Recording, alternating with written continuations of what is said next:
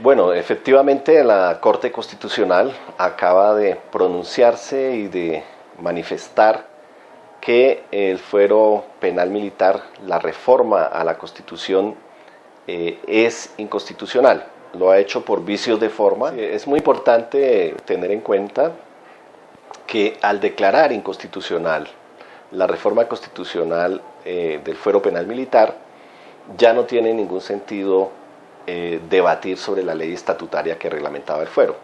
Caída la reforma constitucional, esa ley que era también lesiva para los derechos humanos y para los intereses de las víctimas, pues esa ley ya no tiene objeto, no tiene fundamento constitucional y por lo tanto esa ley ya murió.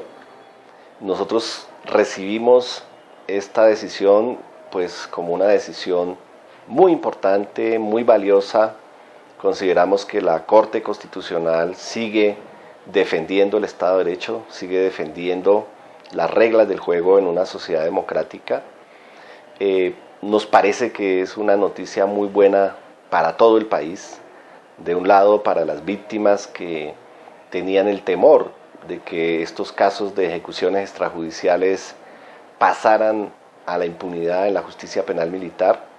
Es un buen mensaje para las Cortes, Corte Suprema, Consejo Superior de la Judicatura, para la misma Corte Constitucional, para la Corte Interamericana, que por años han acuñado una jurisprudencia en el sentido de que las graves violaciones de derechos humanos no se pueden investigar en el fuero penal militar.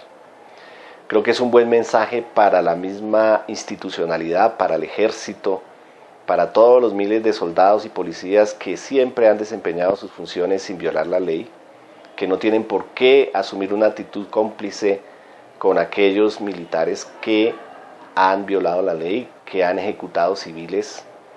Nosotros creemos que esto también ayuda para que al interior de la fuerza pública se haga una reflexión entre esa inmensa mayoría que no ha estado comprometida con crímenes frente a una gran mayoría que ha estado comprometida con graves y masivas violaciones de derechos humanos. Esperaríamos que el gobierno nacional, que el ministro de Justicia, que el señor presidente, que el ministro de la Defensa reflexionen de que esta reforma constitucional no es necesaria, que siempre que un militar o un policía en ejercicio de sus funciones dé de baja a una persona que está armada en un combate, en una operación legal, eso siempre será competencia de la justicia penal militar, siempre lo ha sido, y obviamente no se inicia ninguna acción penal contra ningún militar que dé baja en combate a un guerrillero. Ese es un ejercicio legítimo de la fuerza, está amparado por los manuales operacionales, etc. Es decir, que no hay ningún temor, no hay ninguna desprotección jurídica. Y esperaríamos que el presidente, que los ministros reflexionen de que no tiene sentido volver a presentar esta reforma. En el caso hipotético de que ellos vuelvan a presentar esta reforma al Congreso y nuevamente vaya a la Corte Constitucional, pienso que la derrota va a ser peor, porque ahí el fallo va a ser de fondo y la Corte Constitucional va a corregir ese error histórico que habían cometido en Colombia de fortalecer el fuero penal militar. El Tribunal Constitucional tiene una imagen en Colombia internacional. Las sentencias de la Corte Constitucional por más de 20 años han dicho que las violaciones de derechos humanos se investigan en la justicia ordinaria, en concordancia con la jurisprudencia internacional.